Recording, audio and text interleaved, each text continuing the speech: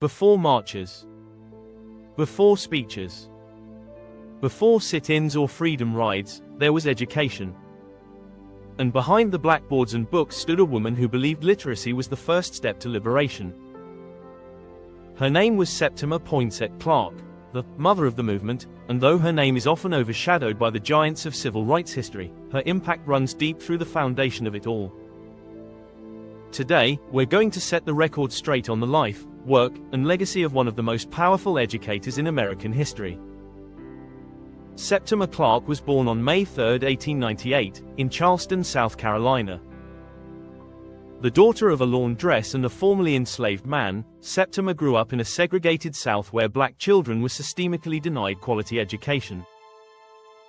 Despite these odds, her mother instilled in her a love for learning.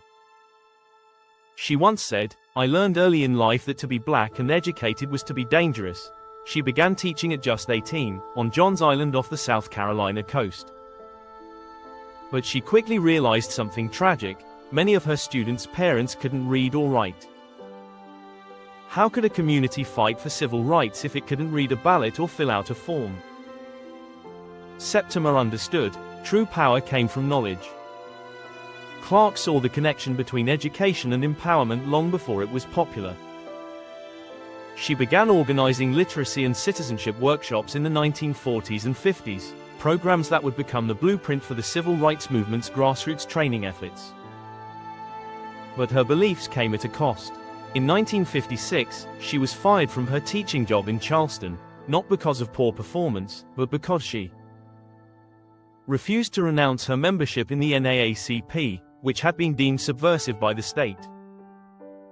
She lost her pension and was blacklisted, but she didn't stop. She partnered with the Highlander Folk School in Tennessee, a progressive training ground for activists. It was there that she trained legends like Rosa Parks, who would later say that attending Septima's workshop gave her the courage to refuse that bus seat in Montgomery. One of Septima's greatest contributions was the creation of Citizenship Schools, grassroots classrooms set up in church basements, homes, and community centers. These weren't your average schools. Adults learned how to read, write, and, most importantly, how to vote. With the help of civil rights organizations like the Southern Christian Leadership Conference, SCLC, the program exploded. By the 1960s, over 900 citizenship schools had been established, educating tens of thousands of African Americans across the South. These schools were responsible for registering new black voters and cultivating leaders who would become foot soldiers for justice. Even Dr. Martin Luther King Jr. called Clark's work the key to the civil rights movement's success.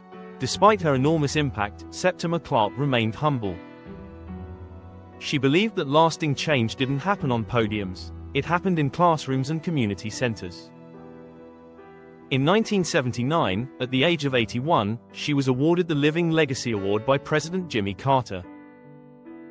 She was also the first black woman elected to the school board in Charleston. But she didn't teach for recognition. She taught because she knew that when people learn to read, they learn to see themselves as capable of change. Clark wrote in her autobiography, "Ready from within, knowledge makes people unfit to be slaves." Her life was proof of that. Septima Clark didn't lead marches or deliver fiery speeches in stadiums.